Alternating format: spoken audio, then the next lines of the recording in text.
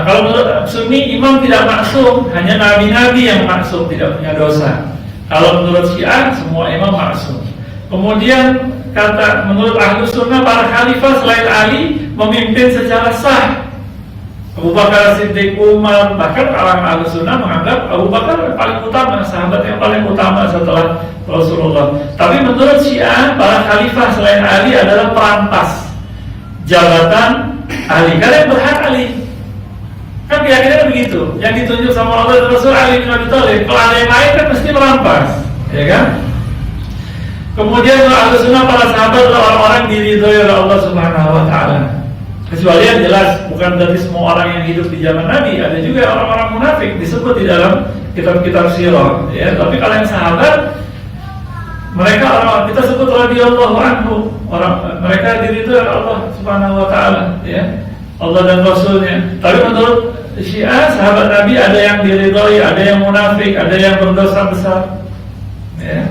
Bahkan kalau di kitab Syiah yang awal disebut 4 sahabat saja yang mendukung kekhalifahan Ali, yang lainnya tidak, ya. Kemudian banyak lagi, saya nggak akan bacakan semua, nanti waktunya nggak cukup, ya. Nanti bisa kalau mau rujuk filenya bisa tanya sama Pak Juki.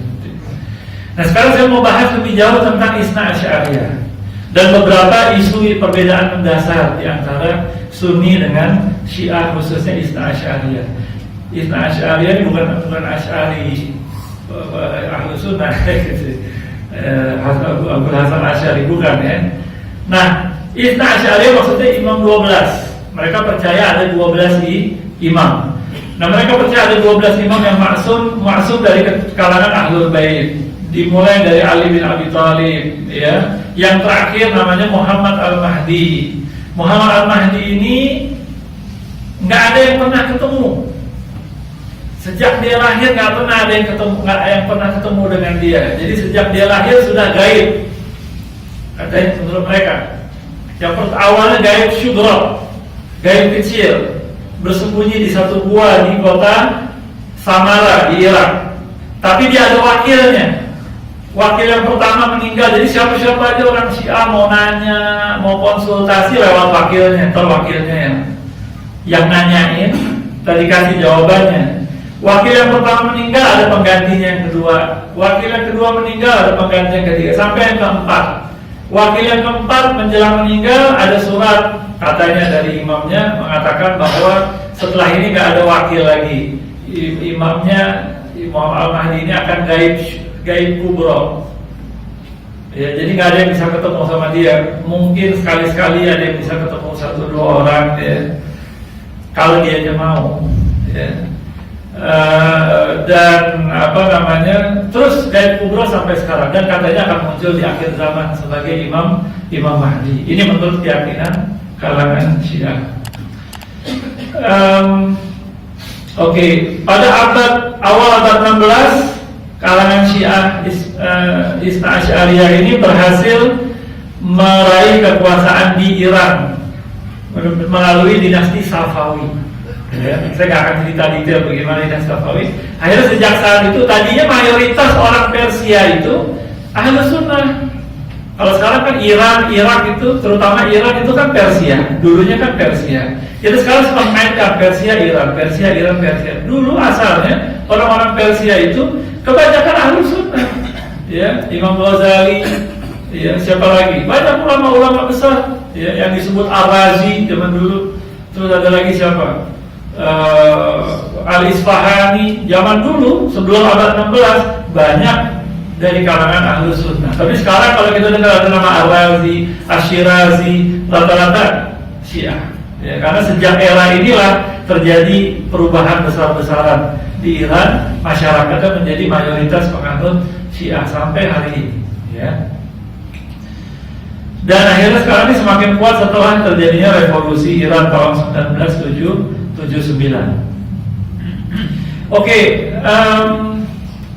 Terus gimana sebetulnya Syiah? Awal munculnya bagaimana sih? Ya. Kalau menurut kalangan Syiah, mereka sudah ada sejak awal, ya. Mereka ditekan, disingkirkan dari pusat kekuasaan. Tetapi menurut Menurut Sunni, Syiah pada awalnya adalah ekspresi politik. Jadi yang disebut Syiah Ali itu sebetulnya Sunni juga. Ya. Ada juga, jadi Syiah yang awalnya ada dua kalau menurut saya, ada dua. Yang pertama adalah Syiah politik, Syiah Ali, dan mereka sebetulnya Ahlus Sunnah. Ada sahabat-sahabat kalangan Ansor yang ketika terjadi konflik di kalangan sahabat, mereka berpihak pada Sayyidina Ali, dan mereka dikenal di dalam sejarah sebagai Syiah Ali, kelompok Sayyidina Ali. Mereka Ahlus Sunnah, bedanya hanya dari sisi politik saja ada perbedaan pandangan. Ya, tetapi dari segi nggak ada akidah seperti yang kita tahu sekarang, keyakinan yang ada pada kalangan orang Syiah. Tetapi selain itu ada kelompok lain, yaitu Syiah Gulat yang dimotori oleh siapa di dalam sejarah ada terkenal Abdullah bin Sabah. Nah, ada kelompok Abdullah bin Sabah yang muncul pada masa akhir Sayyidina Utsman dan pada masa Sayyidina Ali, yang dia ini menyebarkan pemahaman menuhankan Sayyidina Ali. Nah, ini tapi dua kelompok yang berbeda sebetulnya. Nah, tapi lama-lama berseiring dengan perjalanan waktu sejarah ada terjadi percampuran di antara kedua pemahaman ini, sehingga nanti muncul banyak sekte-sekte di dalam Syiah sendiri. Ya. Oke.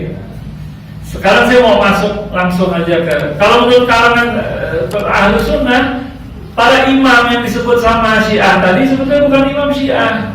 Ali bin Abi Thalib bukan imam Syiah, dia Ahlus Sunnah wal Jamaah. Ya. Sayyidina Hasan, Sayyidina Husain bukan imam Syiah, mereka Ahlus Sunnah wal Jamaah.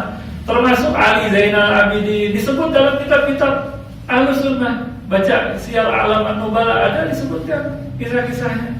Ya. Muhammad Al-Baqir.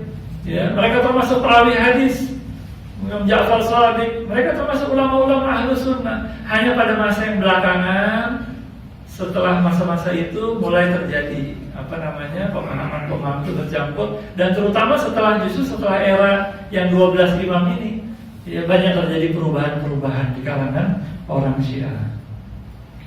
Oke, sekarang saya mau masuk ke beberapa isu mendasar. Ini sudah 742 nih, bagaimana nih? Ya, baru mau masuk soal isu. Ya. Oke, yang pertama, saya hanya cuma berkesempatan sekarang ini bahas 4 saja, 4 poin yang saya kira penting. Ya. Banyak isu-isu lain, soal waktu nggak cukup. Ya. Yang pertama tentang Sunni dan Syiah bersaudara. Ya.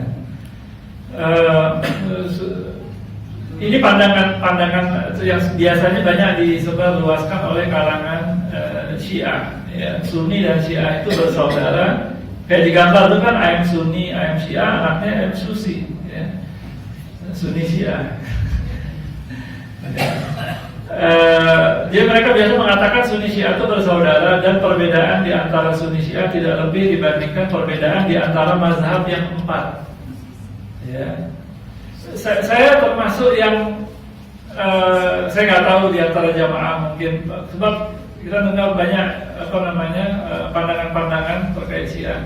Saya termasuk yang tidak cenderung berpandangan ekstrim, ya, sampai mengkafirkan, kecuali yang jelas-jelas kafir, mengkafirkan sahabat, ya. Paling jauh sesat, menyimpang pemahamannya.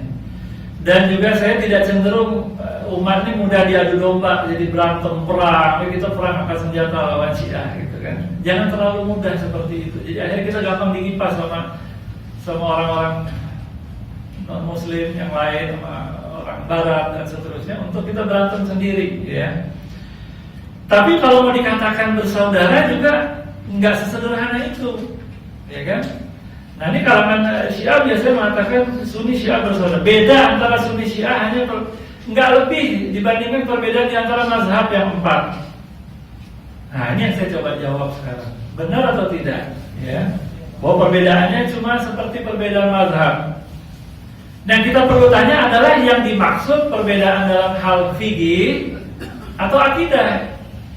Karena mereka biasanya ketika bicara itu yang dirujuk adalah masalah fikih. Bahwa mereka tuh mazhab Ja'fari.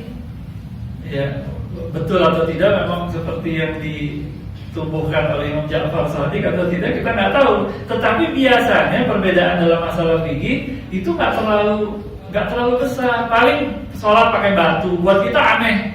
Tapi kalau kita mau sholat pakai batu juga tidak jadi batal sholatnya gitu kan. Masalah-masalah yang sebetulnya kalau buat saya bukan masalah yang sangat krusial, bukan yang terlalu penting, ya. Ada yang lebih penting, maksudnya bukan berarti itu tidak penting. Ada yang lebih penting, lebih besar lagi yang kadang-kadang kita lupa melewatkan, bahwa ada perbedaan dalam masalah akidah, masalah keyakinan, ya. Nah ini yang sebetulnya jadi masalah utama. Ada perbedaan besar di antara Sunni Syiah dalam masalah keyakinan, dalam masalah akidah. Nah ulama Sunni umumnya tegas ngomongnya, ya, bahwa Syiah menyimpang, ya, bahwa Syiahnya menyimpang.